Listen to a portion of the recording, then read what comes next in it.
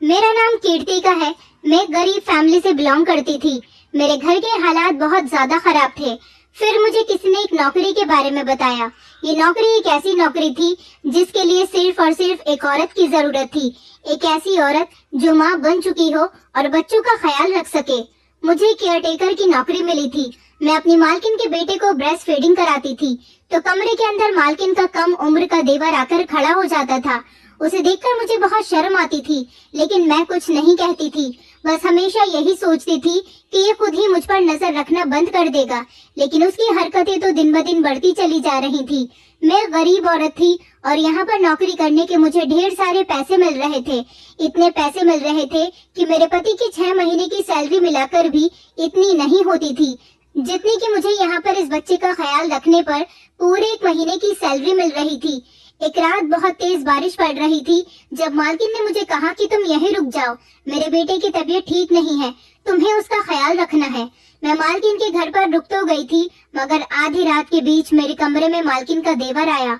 उस समय मैं मालकिन के बेटे को ब्रेस्ट फीडिंग करा रही थी, जब अचानक उसे देखकर मेरे होश उड़ गए थे और मैं गहरी सोच में पड़ गई थी कि ये इस समय इस कमरे में क्या कर रहा है। मैंने जब शोर मचाने की कोशिश की तो उसने मेरे साथ कुछ ऐसा किया जिसे देखकर मेरे होश उड़ गए। मैंने कई बार इसकी शिकायत मालकिन से लगाई थी, मगर कुछ भी नहीं हुआ था। आज की रात वो मेरे कमरे में आ गया था और फिर मेरे साथ उसने वो सब कुछ किया जिसकी मुझे उम्मीद ही नहीं थी। लेकिन ये तो भगवान की कृपा थी कि उसने मुझे बचा लिया, क्योंकि वहाँ पर तो मेरी शादी को 3 साल हो गए थे। मेरी शादी मेरे घर वालों ने बड़े ही अरमानों के साथ की थी। मेरे माता पिता तो इस दुनिया में नहीं थे, मगर 2 भाई थे और दोनों ही दूसरे शहर में काम करते थे। अपनी अपनी शादियों के बाद अपनी पत्नियों को वहां लेकर शिफ्ट हो गए थे। मेरी शादी करने के बाद उन्होंने मुझे मेरे घर का कर दिया था। उन्हें लगता था कि उनकी बहन इस घर में खुश रहेगी जहां पर वो उसकी शादी कर रहे हैं, मगर यहाँ पर मेरे दिल को सुकून था, क्योंकि सास बहुत अच्छी थी। ससुर दुनिया को छोड़कर जा चुके थे। न कोई नन थी और न ही देवरानी जेठानी का चक्कर था। मगर मेरे पति को कोई काम नहीं मिलता था। वो जिस काम को भी करने की कोशिश करता उसमें हमेशा नाकामयाब हो जाता था। मेरे दोनों भाइयों ने मुझे शादी में काफी सारा दहेज दिया था। एक एक करके मेरे दहेज का सारा सामान बिक गया था। मेरी सास को भी एक ऐसी बीमारी लग गई थी जिसकी वजह से मेरा पति कर्जदार हो गया था। अपनी माँ का इलाज करवाते करवाते वो पूरी तरह से सड़क पर आ गया था। फिर भी मेरी सास दुनिया से चली गई और पूरे 1 साल तक मैंने अपनी सास की खूब सेवा की थी। मेरी सास बहुत अच्छी थी, मुझे बिल्कुल अपनी बेटी की तरह प्यार करती थी। जिस समय मेरी सास की मौत हुई थी उस समय मुझे खुशी और एक गम की खबर मिली थी। गम की खबर ये थी कि मेरी सास इस दुनिया से जा चुकी थी, जबकि खुशी की खबर ये थी कि मैं माँ बनने वाली थी। मेरी सास के मरने के बाद हमारे घर के हालात बहुत खराब हो गए थे। मेरे पति की एक स्टेशनरी शॉप थी जो कि बहुत अच्छी चल रही थी, लेकिन फिर वो इतना ज्यादा कर्जदार हो गया था कि उसे अपनी दुकान को भी घाटे में डालना पड़ गया था और फिर धीरे धीरे नुकसान पर नुकसान होते गए। मेरे पति की दुकान में आग लग गई और फिर उनकी स्टेशनरी का सारा सामान जलकर राख हो गया। फिर मेरी सास की और ज्यादा तबीयत खराब हो गई तो मेरे पति को बैंक से लोन लेना पड़ गया था। मेरा पति 8वीं पास था, उससे ज्यादा उसने कोई पढ़ाई लिखाई नहीं की थी, जबकि मैं भी ज्यादा पढ़ी लिखी नहीं थी, क्योंकि बचपन में मुझे पढ़ाई लिखाई करने का कोई शौक नहीं था। जब शादी के बाद ससुराल में परेशानी भरे हालात देखे तो कभी कभी सोचती थी कि मुझे अपनी पढ़ाई पूरी करनी चाहिए थी। अगर मैं किसी काबिल होती तो शायद घर के बुरे हालात में अपने पति का साथ दे देती, मगर हम दोनों पति पत्नी ही किसी काबिल नहीं थे, तभी तो घर के बुरे हालातों से जंग लड़ रहे थे। फिर उसके बाद मेरे पति ने जैसे तैसे अपना कर्ज दूर किया था और उसके बाद मेरे पति को कोई काम नहीं मिल सका। वो तो एक स्टेशनरी की दुकान थी जिस पर बैठकर वो सामान बेचते थे, इसके अलावा उनसे कुछ नहीं आता था। अब दुकान हाथ से जा चुकी थी, दुकान में सामान रखने के लिए पैसे भी मौजूद नहीं थे। जिंदगी इसी तरह से गुजर रही थी। फिर मैंने एक प्यारे से बेटे को जन्म दिया, लेकिन जिस दिन से मेरा बेटा इस दुनिया में आया था उस बेचारे के भाग्य में भी कोई खुशी नहीं थी। मेरा पति चपरासी की नौकरी करने लगा था। वहाँ के लोग उसे थोड़े बहुत पैसे और कपड़े दे दिया करते थे जो कि मेरे बच्चे के आ जाते थे। इस तरह ही हम लोग एक दूसरे के साथ अपना गुजारा कर रहे थे। घर के हालात दिन ब दिन बिगड़ते जा रहे थे। अपने भाइयों से भी मैं कई बार पैसे ले चुकी थी। वो लोग मेरे खाते में पैसे ट्रांसफर कर देते थे, लेकिन अब बार बार उनसे मैं पैसे नहीं मांग सकती थी, क्योंकि अब उनकी शादियां हो गई थी और उनकी पत्नी अपने पतियों से कहती थी कि तुम्हें अब अपनी बहन को ज्यादा समझने की जरूरत नहीं है, अब आगे तुम्हारा भी परिवार है। बहन की शादी कर दी, उसकी जिम्मेदारी से फ्री हो गए। उससे कहो कि अपनी गृहस्थी पर अपने आप ध्यान दे, अपने पति को काम पर भेजे या खुद कमाए। आखिर कब तक अपने भाइयों से मदद मांगती रहेगी? मुझे पता चल गया था कि मेरी भाभियों ने मेरे भाइयों के किस तरह से कान भरे हैं। ये बात सुनकर मुझे बहुत गुस्सा आया था, मगर मैं क्या कर सकती थी। भाभी बिल्कुल ठीक कह रही थी। आखिर कब तक मेरे भाई मेरा बोझ उठा सकते थे? उन्होंने मेरी शादी कर दी थी, वो अपने फर्ज से अदा हो गए थे। इससे ज्यादा वो लोग मेरे लिए कुछ भी नहीं कर सकते थे। हालांकि मेरी शादी के बाद ही उन लोगों ने मेरी कई बार मदद की थी। मुझे अपने माता पिता की याद आती थी कि अगर आज मेरे माता पिता जिंदा होते तो शायद मेरी थोड़ी बहुत मदद वो भी कर देते। मगर माता पिता भी इस दुनिया से पहले ही जा चुके थे। ना तो मेरे पति का कोई था और ना ही मेरा अपना कोई था जिससे हम मदद मांग सकते थे। सिर्फ आस पड़ोसी ही थे जो हमारा थोड़ा बहुत साथ दे दिया करते थे। इसके अलावा हमारी जिंदगी बड़ी बदतर गुजर रही थी। मेरी सास जो कि इस दुनिया से जा चुकी थी, भले ही उनका घर छोटा था, लेकिन मरने से पहले उन्होंने ये घर अपने बेटे के नाम कर दिया था। मेरे पति की नजर बार बार इस घर पर जाती थी। वो कहता था कि मैं इस घर को बेच देता हूँ, फिर हमारी परेशानियां दूर हो जाएंगी। मगर फिर इस घर को बेचने के बाद हम कहाँ जाते? अगर हम किराए पर जाते तो किराया कहाँ से देते? खाने के तो हमारे पास पैसे नहीं थे, किराए के हर महीने कहाँ से निकालते? वैसे भी एक महीना कब गुजर जाता पता ही नहीं चलता। मैंने अपने पति से कह दिया था कि हालात जैसे भी गुजर रहे हैं, घर में खाने के लिए है या नहीं है, मगर मैं किसी भी हाल में इस घर को नहीं बेचने दूंगी। ये घर जितना आपका है उतना ही मेरा भी है। आखिर हम लोग अपना मुंह छुपाने के लिए कहाँ जाएंगे? किराए पर जाएंगे तो किराया कहाँ से देंगे? अभी तो हम यहाँ पर सुकून से रह रहे हैं। मैं नहीं चाहती कि किराए पर जाने के बाद हम अपना चैन और सुकून भी खत्म कर दे। मेरा पति सोच विचार करके इस बात पर गौर करता तो कहता कि तुम बिल्कुल ठीक कह रही हो। कुछ समझ नहीं आ रहा था कि क्या किया जाए। मेरे पति की सैलरी भी ज्यादा नहीं थी, उसे मामूली से पैसे मिला करते थे, क्योंकि जिस जगह पर वो चपरासी की नौकरी किया करता था वहाँ पर उसकी जगह भी काफी सारे चपरासी थे। इसलिए वहाँ पर चपरासियों को पैसे कम ही दिए जाते थे, क्योंकि वहाँ के मालिक को चपरासियों की ज्यादा जरूरत नहीं थी। मेरे पति ने वहाँ के मालिक के आगे हाथ जोड़े थे तो उसने मेरे पति को काम पर रख लिया था। कम ही सही, मगर हमारे पास इतने पैसे आ जाते थे कि हम एक समय का खाना पेट भरकर खा लिया करते थे, जबकि एक समय भूखे रहते थे। अगर दोनों समय का खाना खाते तो हम लाइट का बिल कहाँ से देते, और फिर दवा दारू भी लगा रहता है। मेरे बेटे की कभी कभी तबीयत खराब हो जाती थी तो उसे फौरन डॉक्टर के पास लेकर भागते थे। डॉक्टर तो बिना पैसों के दवाई ही नहीं देते, इसलिए बुरे वक्त के लिए भी पैसे लगाकर रखने पड़ते थे। जिंदगी बड़ी मुश्किल से गुजर रही थी। मुझे अपनी इतनी परवाह नहीं रहती थी। मुझे सबसे ज्यादा परवाह अपने बेटे की थी, क्योंकि जिन हालात में हम जिंदगी गुजार रहे थे उसके हिसाब से तो मैं अपने बेटे की परवरिश ठीक से नहीं कर पा रही थी, क्योंकि मेरे दूध के अलावा उसे कुछ भी खाने को नहीं मिलता था। देखते ही देखते वो 1 साल का हो गया था। हमें पेट भर के भी खाना नहीं मिलता था। मैं चाहती थी कि मैं अपने बेटे को खूब पढ़ाऊंगी और उसे किसी काबिल बनाऊंगी, ताकि जब उस पर बुरा समय आए तो उसे हमारी तरह जिंदगी ना गुजारनी पड़े, बल्कि वो अपनी काबिलियत के बलबूते पर कभी बुरा वक्त आने ही न दे। भगवान किसी को भी गरीबी के इतने बुरे दिन ना दिखाए जिस तरह के दिन हमारे गुजर रहे थे। एक दिन हमारे घर पर मेरे पति के दोस्त की पत्नी आई थी। कभी कभी वो हमारे घर पर आ जाया करती थी। उसे पता था कि हम बहुत परेशानी से गुजर रहे हैं, इसलिए वो अपने और अपने बच्चों के पुराने कपड़े हमारे घर ले आती थी। मैं उसे रो रो कर अपने घर की परेशानी के बारे में बता रही थी। मैंने कहा, मेरे लायक तो कोई ऐसी नौकरी भी नहीं है जिसको मैं कर सकूं। मेरा छोटा बच्चा है और इसके होते हुए मैं लोगों के घरों में झाड़ू बर्तन भी नहीं कर सकती। वो मुझसे कहने लगी कि तुम्हारे लिए एक नौकरी है जिसे तुम चाहो तो अपने बेटे को वहाँ ले जाने के बाद भी कर सकती हो। मैंने कहा, आखिर ऐसी कौन सी नौकरी है, मुझे जल्दी बताओ। मैं तो कैसा भी काम करने के लिए तैयार हूँ, बस मैं चाहती हूँ कि मेरे पास इतने पैसे आ जाया करें कि हम पर किसी का कर्ज न हो और हमारा कर्ज भी आसानी से निकल जाए। तो वो मुझसे कहने लगी कि हाँ, जिस घर की नौकरी के बारे में मैं तुम्हें बता रही हूँ, वहाँ जाने के बाद तो तुम माला माल हो जाओगी, क्योंकि उस औरत को अपने बेटे के लिए केयर टेकर की जरूरत है। मैंने उससे कहा कि मेरे पास तो पहले से ही अपना बेटा है, भला मैं किसी दूसरे बच्चे का ख्याल कैसे रख सकती हूँ।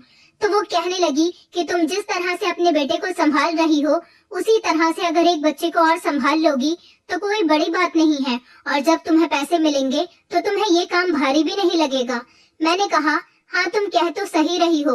वो कहने लगी कि मैं तुम्हें एड्रेस दे देती हूँ, अगर तुम चाहो तो वहाँ जाकर उस घर की मालकिन से बात कर लेना, वो औरत तुम्हारा काम अच्छा देखकर तुम्हें ज्यादा पैसे भी दे सकती है।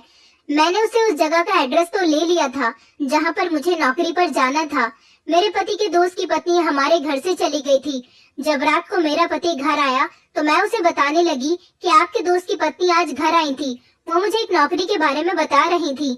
उसने कहा कि एक बड़ा सा बंगला है, वहाँ पर एक अमीर औरत है, उसे अपने बेटे के लिए केयर टेकर की जरूरत है।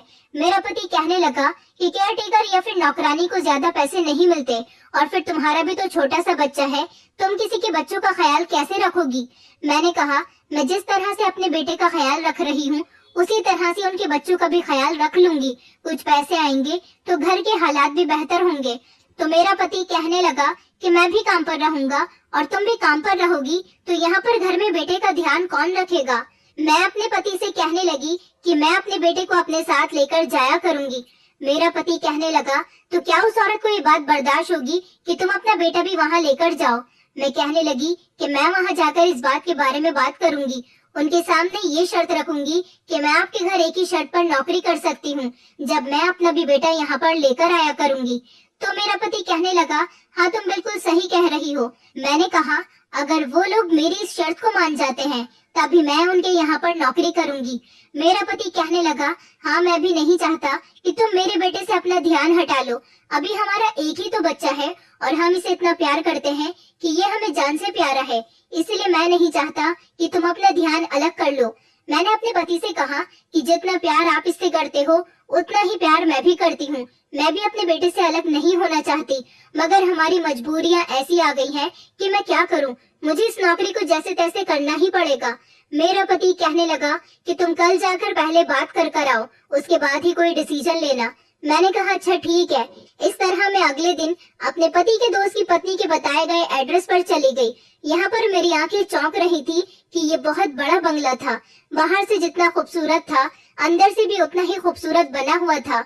मैं घर के अंदर गई तो मैंने देखा कि एक औरत सोफे पर बैठी हुई अखबार पढ़ रही है।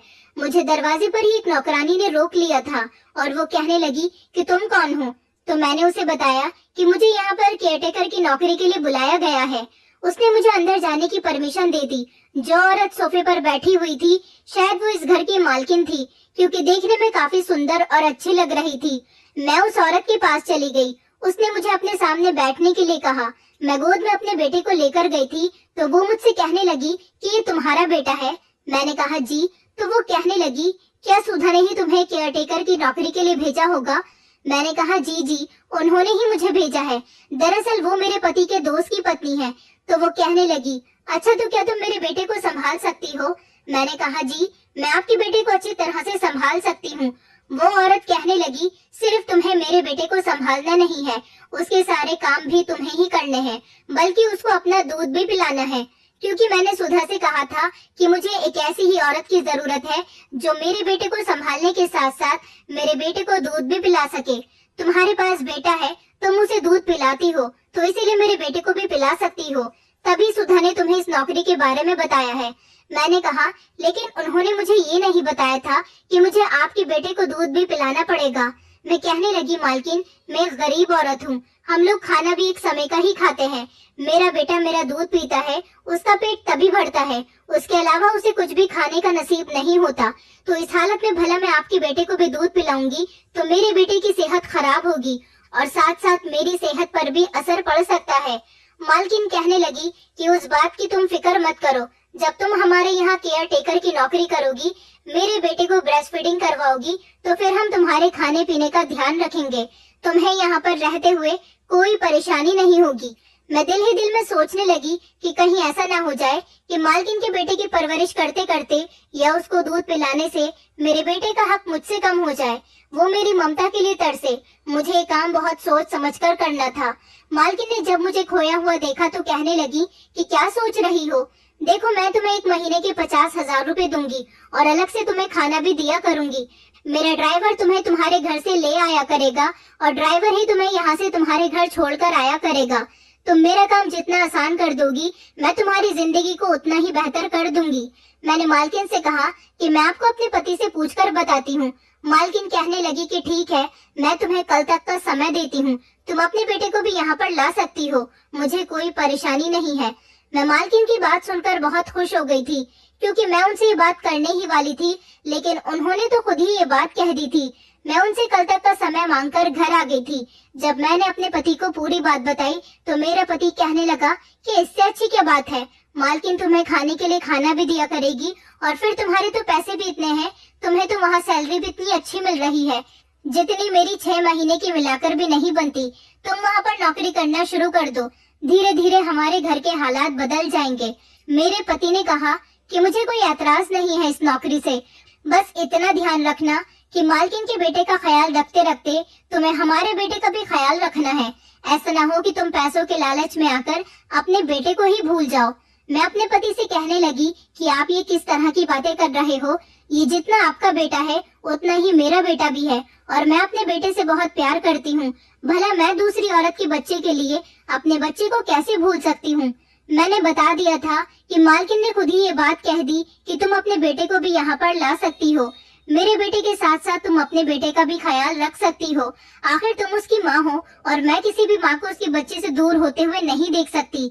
मेरा पति कहने लगा कि आखिर ऐसी भी क्या बात है, मालकिन को अगर अपने बेटे की इतनी ही फिक्र है तो वो उसका ख्याल खुद क्यों नहीं रखती, आखिर उसे केयर टेकर रखने की जरूरत क्यों पड़ गई, और तो और वो गरीब औरत से अपने बेटे को ब्रेस्ट फीडिंग भी करवाना चाहती है। मैंने कहा ये बात तो मुझे वहाँ काम करने के बाद ही पता चलेगी, क्योंकि इस बारे में मालकिन ने मुझे कुछ नहीं बताया कि मैं उनके बेटे को दूध क्यों पिलाऊं। इस तरह अगले दिन मैं मालकिन के घर काम करने के लिए चली गई थी। मालकिन ने मुझे अपने बेटे की सारी जिम्मेदारी सौंप दी थी। मैंने देखा था कि मालकिन कंप्यूटर के आगे बैठकर सारा दिन काम में लगी रहती थी और शायद उसकी किसी बीमारी की दवाई भी चल रही थी। वो अपने बेटे को ज्यादा गोद में भी नहीं लेती थी। मालकिन का बेटा मेरे बेटे से 4 महीने छोटा था, वो सिर्फ अभी 2 महीने का था और इतने छोटे बच्चे की देखरेख बड़े संभाल कर की जाती है। एक दिन मैंने बातों ही बातों में मालकिन से पूछ लिया कि आखिर आप खुद अपने बेटे को ब्रेस्ट फीडिंग क्यों नहीं कराती। मेरी बात सुनकर वो कहने लगी कि तुम्हारा मुझसे ये सवाल करना बिल्कुल जायज है। उन्होंने मुझे बताया कि बेटे के जन्म के बाद मुझे एक ऐसी बीमारी हो गई जिसकी वजह से मैं अपने बेटे को ब्रेस्ट फीडिंग नहीं करा सकती और उसके ज्यादा करीब नहीं जा सकती, क्योंकि वो मासूम बच्चा है और वैसे भी बच्चे तो जल्दी बीमार हो जाते हैं। लेकिन मेरा इलाज चल रहा है, जैसे ही मैं ठीक हो जाऊंगी तो अपने बेटे के करीब आने की कोशिश करने लगूंगी। उन्होंने कहा कि मेरी शादी के 3 साल बाद ये बच्चा हुआ। मैं नहीं चाहती कि मैं अपनी बीमारी का थोड़ा सा भी असर अपने बेटे पर होने दूं, जिसकी वजह से वो बेचारा बच्चा बीमार हो जाए। और उन्होंने ये भी कहा कि मैं अपने बेटे को तकलीफ में नहीं देख सकती। यही वजह है कि मैंने दिल पर पत्थर रखकर तुम्हें घर में रखा और तुम मेरी ही आंखों के सामने मेरे बेटे को दूध पिलाती हो। एक माँ ये बात कभी भी बर्दाश्त नहीं कर सकती कि उसके बेटे के दूध का हक उसे वो नहीं बल्कि कोई दूसरी औरत दे। ये बात सही थी कि मैं मालकिन की इस बात से एग्री थी, मगर फिर जब उनकी बीमारी के बारे में सुना तो मेरा दिल भी उनके लिए यही कह रहा था कि उनकी जो भी बीमारी है जिसने उनको उनके बेटे से दूर किया हुआ है वो जल्दी ही खत्म हो जाए और वो अपने बेटे की परवरिश खुद करे, ना कि उन्हें नौकरों के हवाले छोड़े। फिलहाल मैं यहाँ रहते हुए मालकिन के बेटे का अच्छी तरह से ख्याल रख रही थी। मालकिन मुझसे खुश थी। मालकिन के घर में उनके पति के अलावा उनका एक कम उम्र का जवान देवर भी रहता था, जो देखने में बहुत अच्छा था। मैं भी देखने में बहुत खूबसूरत थी। मेरी शादी बहुत कम उम्र में हो गई थी। उनका देवर मेरी ही उम्र का था। सारा दिन वो अपने भाई के साथ ऑफिस में लगा रहता था और सुना था कि वो बिजनेस करने के साथ साथ अपनी पढ़ाई भी कर रहा है। लेकिन एक बात बड़ी अजीब थी कि जिस दिन से उसने मुझे देखा था वो मुझे बड़े गौर गौर से देखता था। रात के टाइम पर मैं मालकिन के बेटे और अपने बेटे को एक कमरे में ले जाती थी और दोनों को ही अपना दूध पिलाकर सुला दिया करती थी। मालकिन का बेटा जब रात को सो जाता था तब मैं अपने घर आती थी। दिन इसी तरह से गुजर रहे थे। अगर कुछ गड़बड़ थी तो वो ये थी कि मालकिन का देवर मुझे बड़ी अजीब अजीब नजरों से देखता था। मुझे उसकी नजरें बिल्कुल भी पसंद नहीं थी। मालकिन ने मुझे उनके बेटे के लिए एक अलग कमरा दिया हुआ था, जहाँ पर मैं उनके बेटे और अपने बेटे के साथ होती थी और उन दोनों के सारे काम किया करती थी। सारा दिन उनका ध्यान रखती थी। उस कमरे में मालकिन कभी कभी आती थी, लेकिन उनका देवर छोटी छोटी बात पर कमरे के अंदर आ जाता था। कभी कहता कि अपने भतीजे से मिलने के लिए आया हूँ, कभी मुझसे कहता कि आपको किसी चीज की जरूरत तो नहीं है। कभी कभी ऐसा भी होता था कि मैं बच्चों को ब्रेस्ट फीडिंग भी करा रही होती थी। जब वो आ जाता था तो मैं एकदम अपने आप को ठीक कर लेती थी। मुझे उससे बहुत शर्म आती थी। मेरी समझ नहीं आता था कि मैं क्या करूं। वो कमरे में क्यों आता है? एक दिन मैंने मालकिन से कह ही दिया कि मुझे पैसों से ज्यादा अपनी इज्जत की फिक्र है। मैं जब भी कमरे में बच्चों को ब्रेस्ट फीडिंग करा रही होती हूँ, तभी कमरे के अंदर आपका देवर आता है। मालकिन कहने लगी कि तुम्हें गलतफहमी हुई है, मेरा देवर बहुत अच्छा है, बल्कि उसने तो कभी मुझसे भी कोई गलत बात नहीं की, तो फिर वो तुम्हारे साथ ऐसा क्यों कर सकता है?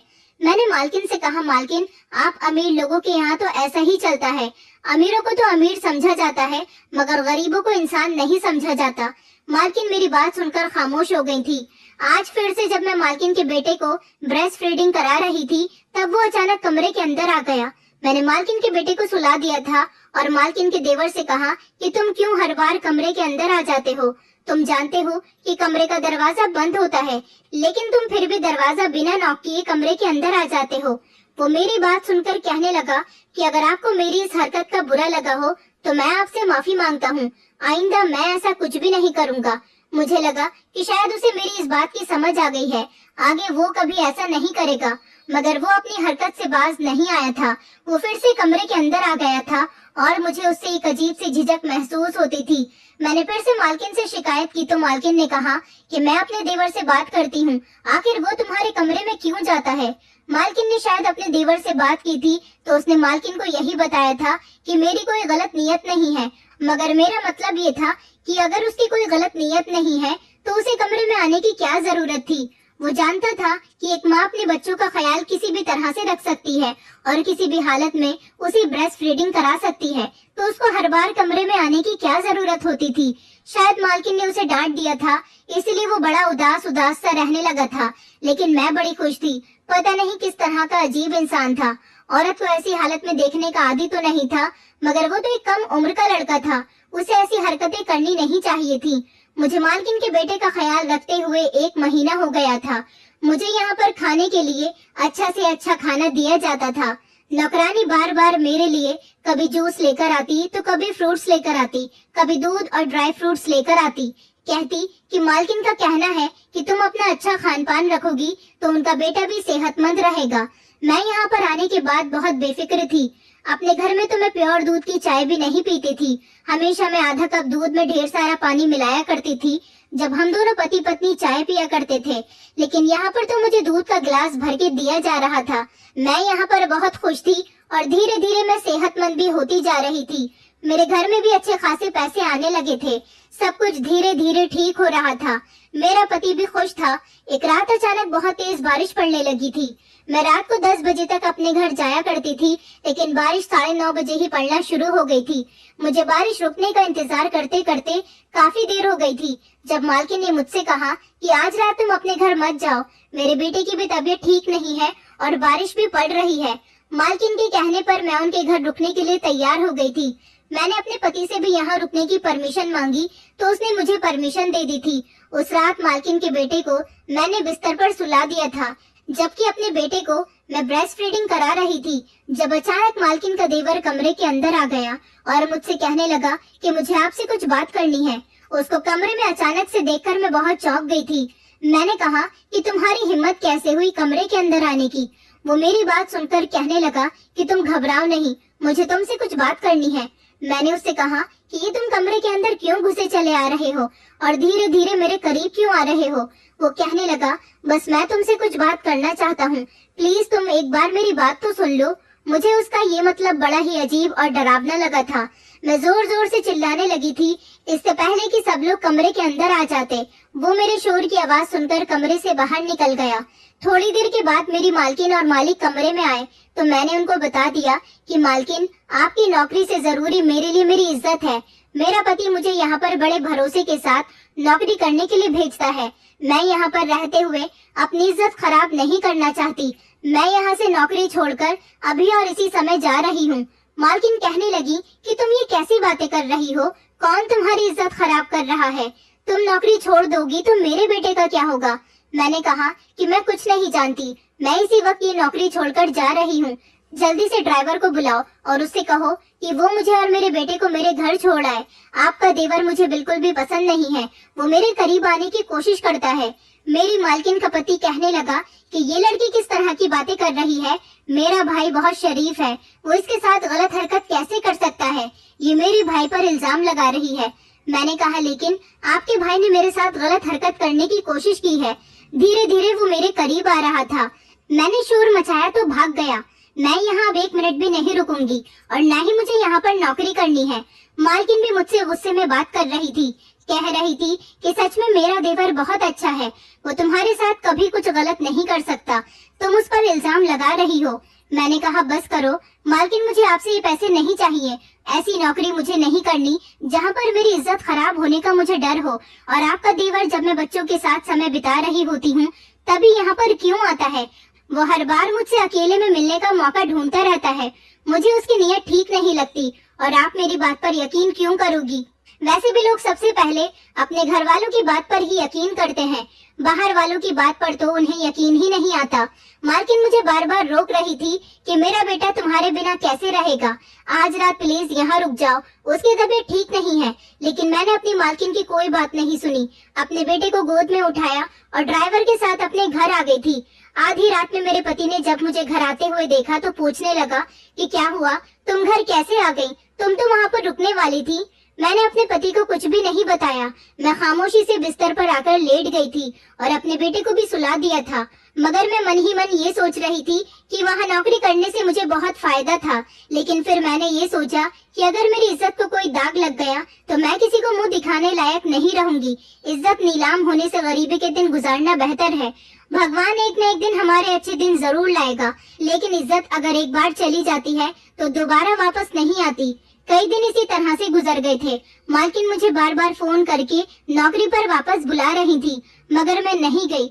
उनका यही कहना था कि जल्द से जल्द घर आ जाओ, मेरे बेटे की तबीयत ठीक नहीं है, मैं अपने बेटे का ख्याल नहीं रख सकती, वो रो रहा है, तुम्हें याद कर रहा है। मगर मैंने उनकी एक न सुनी। 2 दिन बाद मेरा पति सब्जी लेने के लिए घर से निकला था। 4 घंटे हो गए थे मगर अभी तक घर में वापस नहीं आया था। मैं अपने पति के लिए बहुत परेशान हो रही थी जब अचानक मुझे खबर मिली कि मेरे पति का एक्सीडेंट हो गया तो मेरे पैरों तले से जमीन निकल गई। आसपास के लोगों ने मेरे पति को अस्पताल में एडमिट करवा दिया था। मैं अपने बेटे को गोद में लेकर जल्दी से अस्पताल चली गई। डॉक्टर ने बताया कि मेरा पति इस दुनिया से जा चुका है। ये खबर सुनकर मेरे तो होश उड़ गए थे। मैं फूट फूट कर रो रही थी। मेरे पति के अलावा मेरा इस दुनिया में कोई सहारा भी नहीं था। भले ही मैं गरीबी की जिंदगी गुजार सकती थी, मगर अकेले जिंदगी गुजारना मेरे लिए बहुत मुश्किल था। मेरा मासूम सा छोटा सा बच्चा था, उसके सर से पिता का साया उठ गया था। मैं इतनी बुरी तरह से रो रही थी कि मुझे अपना होश नहीं था। मेरे पति का अंतिम संस्कार कर दिया गया था। रोते रोते मेरी हालत बहुत खराब हो गई थी। पड़ोस के लोगों ने मुझे संभाला था, मगर मैं अपने होश में नहीं आ रही थी। वहीं पर मेरे पति की मौत की खबर सुनकर मेरे पति के देहांत में मालकिन आई और मुझे तसल्ली देने लगी। कहने लगी कि तुम्हारे साथ सच में बहुत बुरा हुआ, तुम प्लीज मेरे साथ घर चलो, मैं तुमसे मदद मांगने आई हूँ और तुम्हारे दुख में तुम्हारी हिस्सेदार बनने आई हूँ। मेरा बेटा बुखार में जल रहा है, उसे तुम्हारी जरूरत है, वो मुझसे ज्यादा तुम्हें अपनी माँ मानता है। प्लीज मेरे साथ चलो वरना मेरा बेटा मर जाएगा। एक बार तुम सोच लो और फिर मुझे बता देना। ये तुमसे एक लाचार माँ की इल्तिजा है, प्लीज उसके बेटे को बचा लो, वो तुम्हारे बिना बहुत तड़प रहा है। मैं जानती हूँ कि तुम गरीब हो, अब तो तुम्हारा पति भी यहाँ से चला गया, अब तुम अपने पति के बिना यहाँ कैसे अपने और अपने बेटे का गुजारा करोगी। इसलिए मैं कहना चाहती हूँ कि तुम मेरे घर पर परमानेंट आकर रहने लगो। मैं तुम्हें रहने की जगह भी दूंगी और खाने के लिए खाना भी दूंगी, सब कुछ दूंगी। तुम्हें मेरे घर में किसी तरह की कोई परेशानी नहीं होगी, बस बदले में तुम्हें मेरे बेटे की परवरिश एक माँ बनकर करनी होगी। मैं मजबूर हूँ, मैं एक माँ होते हुए भी अपने बेटे की माँ नहीं बन सकती। मुझे एक ऐसी बीमारी है कि मैं अपने बेटे के लिए कुछ नहीं कर सकती। वो मेरे सामने हाथ जोड़कर कहने लगी कि प्लीज मेरी मजबूरी का फायदा मत उठाओ, मेरा साथ दो। मालकिन बहुत रो रही थी, उसकी आंखों से आंसू निकल रहे थे। उनके जाने के बाद मैं काफी देर तक अकेली बैठी रही क्योंकि सब लोग जा चुके थे। मेरा बेटा भूख से तड़प रहा था। मैं उसे बार बार अपना दूध पिला रही थी तो वो मेरा दूध भी नहीं पी रहा था क्योंकि मैंने भी 2 दिन से कुछ नहीं खाया था। मेरे अंदर बहुत कमजोरी हो गई थी। कुछ समझ नहीं आ रहा था कि मैं क्या करूं। 24 घंटे इसी तरह से गुजर गए थे। मालकिन लगातार मुझे फोन कर रही थी। फिर मैंने सोचा कि मेरे लिए मालकिन के घर जाना ही बेहतर रहेगा, इसलिए मैंने अपने बेटे को गोद में उठाकर घर में ताला लगाया और मालकिन के घर चली गई थी। मालकिन मुझे देखकर बहुत खुश हुई थी। मुझे यहाँ पर सच में किसी तरह की कोई परेशानी नहीं थी। अगर मेरी कोई परेशानी थी तो मेरी मालकिन का देवर था। उसकी अजीब अजीब सी नजरें मुझे बहुत चुभती थी। वो मुझे बिल्कुल भी पसंद नहीं था। अपने बेटे के फ्यूचर के बारे में सोचते हुए मैं यहाँ आई थी क्योंकि यहाँ आने से ही मेरे बेटे का आने वाला कल संवर सकता था। मैं यहाँ आ तो गई थी और मैंने ध्यान से मालकिन के बेटे को देखा तो सच में उसकी तबीयत बहुत खराब थी। वो बुखार से जल रहा था और बुरी तरह से रो रहा था। उसका ट्रीटमेंट तो चल रहा था लेकिन डॉक्टर ने कहा था कि उसे माँ के दूध की जरूरत है। उसे अपनी माँ की जरूरत है, माँ की गोद की जरूरत है। यही वजह थी कि मालकिन बार बार मुझे अपने बेटे के लिए बुला रही थी। सबसे पहले मैंने उसे गोद में लिया तो वो रोते रोते खामोश हो गया था। शायद वो समझ गया था कि उसकी माँ उसको मिल गई है क्योंकि मालकिन उससे दूर रहती थी, इसलिए वो अपनी सगी माँ से ज्यादा मुझे अपनी माँ समझता था और फिर मेरे साथ खेलने लगा। मैं दोनों ही बच्चों का बहुत ख्याल रख रही थी। कई दिन इसी तरह से गुजर गए थे।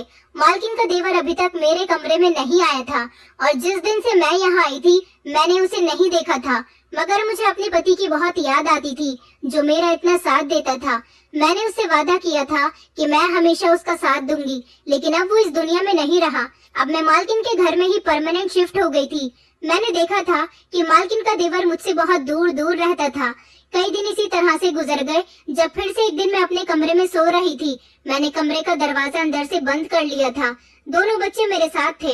कमरे का दरवाजा बजने पर अचानक मेरी आंख खुली और मैं जब दरवाजा खोलने गई तो ये देखकर मेरे होश उड़ गए थे कि इतनी रात को मालकिन का देवर दरवाजे पर खड़ा हुआ था और कहने लगा कि मैं अंदर आना चाहता हूँ, मुझे तुमसे कुछ बात करनी है। मैंने कहा लेकिन मैं तुमसे कोई बात नहीं करना चाहती। ये कहते हुए मैं दरवाजा बंद करने लगी तो उसने जबरदस्ती एक झटके से दरवाजा खोलकर मुझे पीछे धकेला और खुद कमरे के अंदर आ गया और मुझसे कहने लगा कि आखिर तुम मुझसे इतनी दूर दूर क्यों भागती हो, मैं तुम्हारे करीब आने की कोशिश करता हूँ।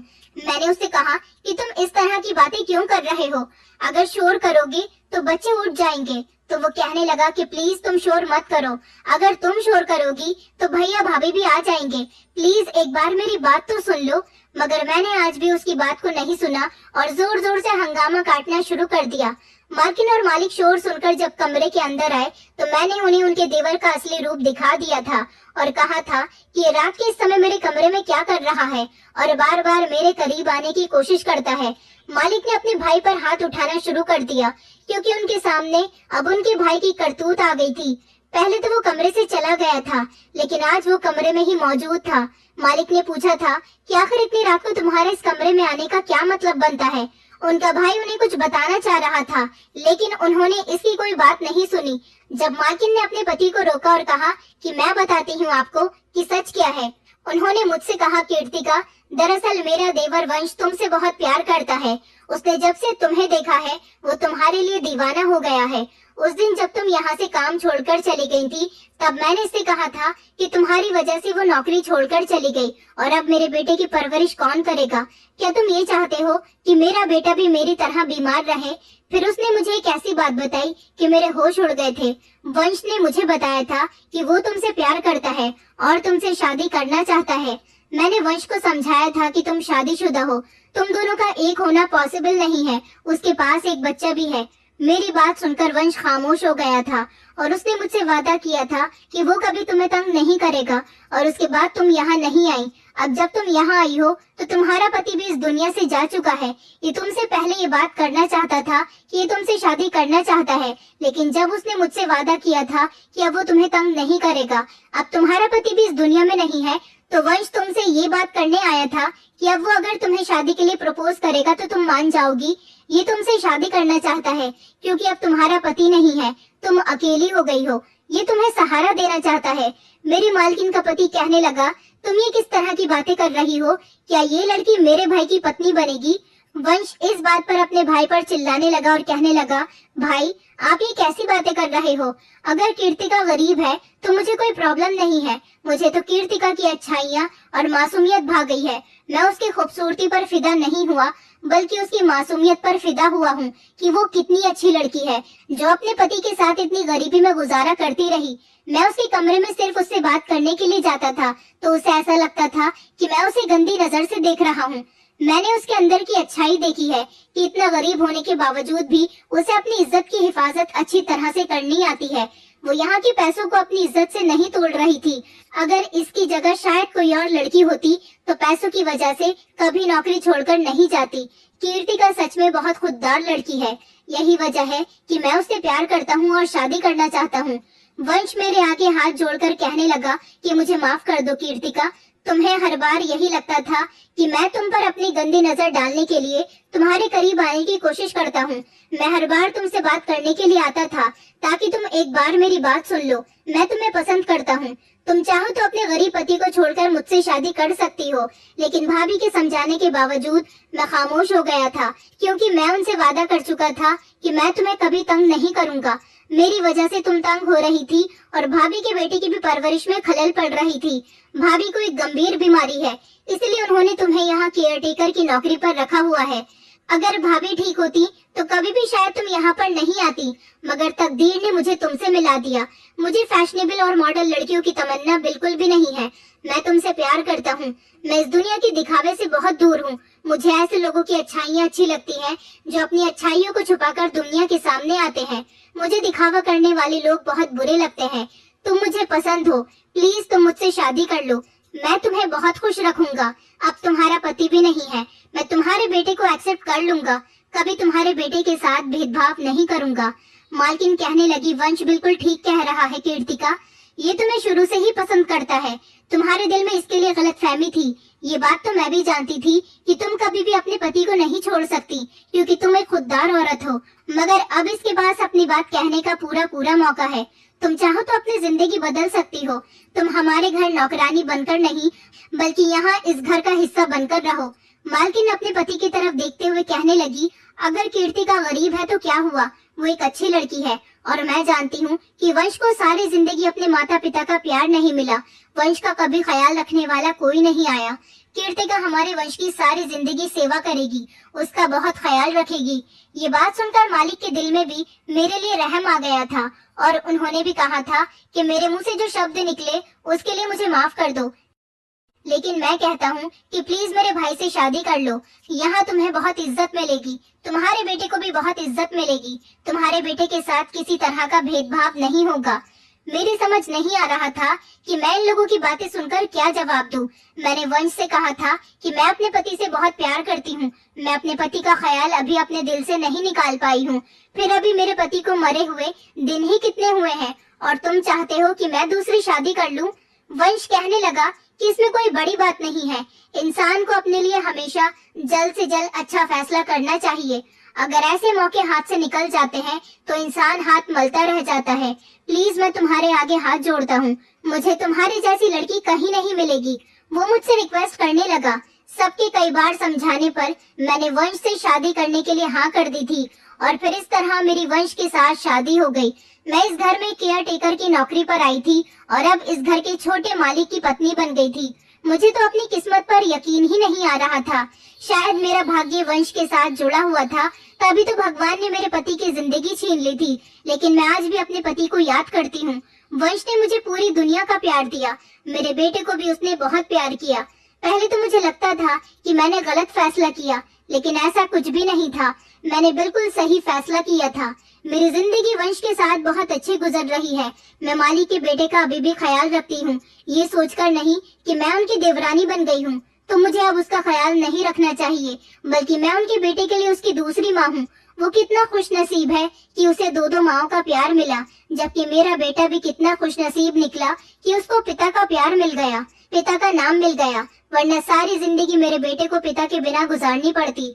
मेरा ये फैसला मेरे लिए बहुत सही साबित हुआ था। मालकिन का अभी भी इलाज चल रहा है। आप लोगों से रिक्वेस्ट करना चाहूंगी कि भाभी के लिए प्रार्थना करें, वो जल्द से जल्द ठीक हो जाए। मेरे और वंश का अभी तक कोई बच्चा नहीं हुआ। ऐसा किस लिए है ये तो मैं नहीं जानती, मगर वंश का कहना है कि मुझे बच्चों की ख्वाहिश नहीं है, तुम्हारा बेटा ही मेरा बेटा है और मैं सारी जिंदगी इससे यही कहूंगा कि मैं तुम्हारा पिता हूँ। कभी इसे ये बात पता ही नहीं चलने दूंगा कि इसका पिता इस दुनिया से जा चुका है। वंश की बातें सुनकर मुझे बहुत अच्छा लगता है। वंश ने हमेशा मेरे साथ ईमानदारी और सच्चाई के साथ रिश्ता निभाया और अब मैं दो बच्चों की माँ बनकर इस घर में रह रही हूँ और मुझे इस घर में बहुत प्यार और मान सम्मान मिला। इस घर के लोग मुझसे बहुत प्यार करते हैं। मालकिन की तबीयत काफी हद तक ठीक हो गई, मगर अभी भी उनका इलाज चल रहा है। अभी भी वो अपने बेटे के पास ज्यादा नहीं जा सकती, मगर एक दिन वो पूरी तरह से ठीक हो जाएंगी और अपने बेटे की जिम्मेदारी खुद संभालने लगेंगी। मेरे ससुराल में सब कुछ ठीक चल रहा है और मैं अपने पति और बेटे के साथ बहुत खुश हूँ। कभी कभी भगवान इस तरह से भी रिश्ते बना देता है जिनके बारे में कभी हमने सोचा भी नहीं होता है। दोस्तों, उम्मीद करती हूँ आपको हमारी कहानी पसंद आई होगी। कहानी पसंद आई है तो वीडियो को लाइक करें, चैनल पर नए हैं तो चैनल को सब्सक्राइब करें और हाँ, नोटिफिकेशन बेल को जरूर दबाएं ताकि अगली अपडेट सबसे पहले आपको मिले।